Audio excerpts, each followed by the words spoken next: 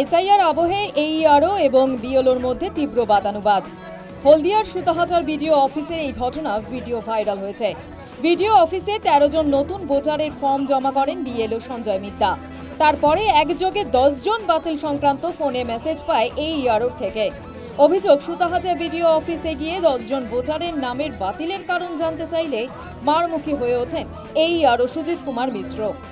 এ নিয়ে এইআরও এবং বিএলওর মধ্যে তীব্র বাদানুবাদের ভিডিও ভাইরাল হয় সমাজ মাধ্যমে।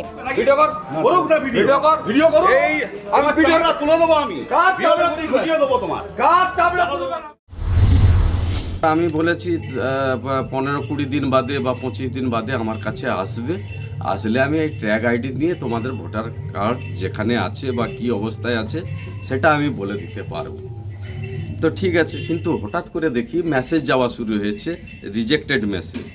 কিছু লোক আমাকে ফোন করেছেন। আমি বলি যারা ফোন করেছেন ওই মূলত ওই 5 তারিখে হিয়ারিংয়ে। এবার আমি কি করলাম, এটা হচ্ছে কোয়েল প্রামাণিকের ট্র্যাক আইডি। আমি আজকের গিয়ে আমি বলি তুমি আমাকে ফোন করোনি কেন রিজেক্ট হয়েছে বলে। এই ঘটনায় শুরু হয়েছে রাজনৈতিক চাপানুতর।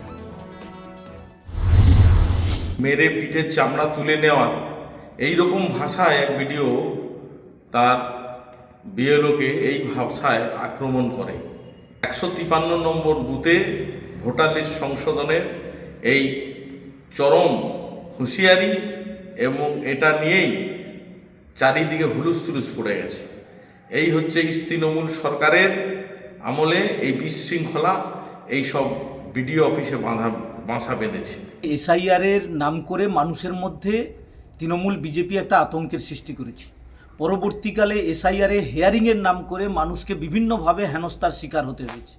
এখন তৃণমূল কংগ্রেস তার স্থানীয় প্রশাসনকে ব্যবহার করে তাদের কার্যসিদ্ধি করতে চাইছে, আর বিজেপি নির্বাচন কমিশনকে ব্যবহার করে তাদের কার্যসিদ্ধি করতে চাইছে।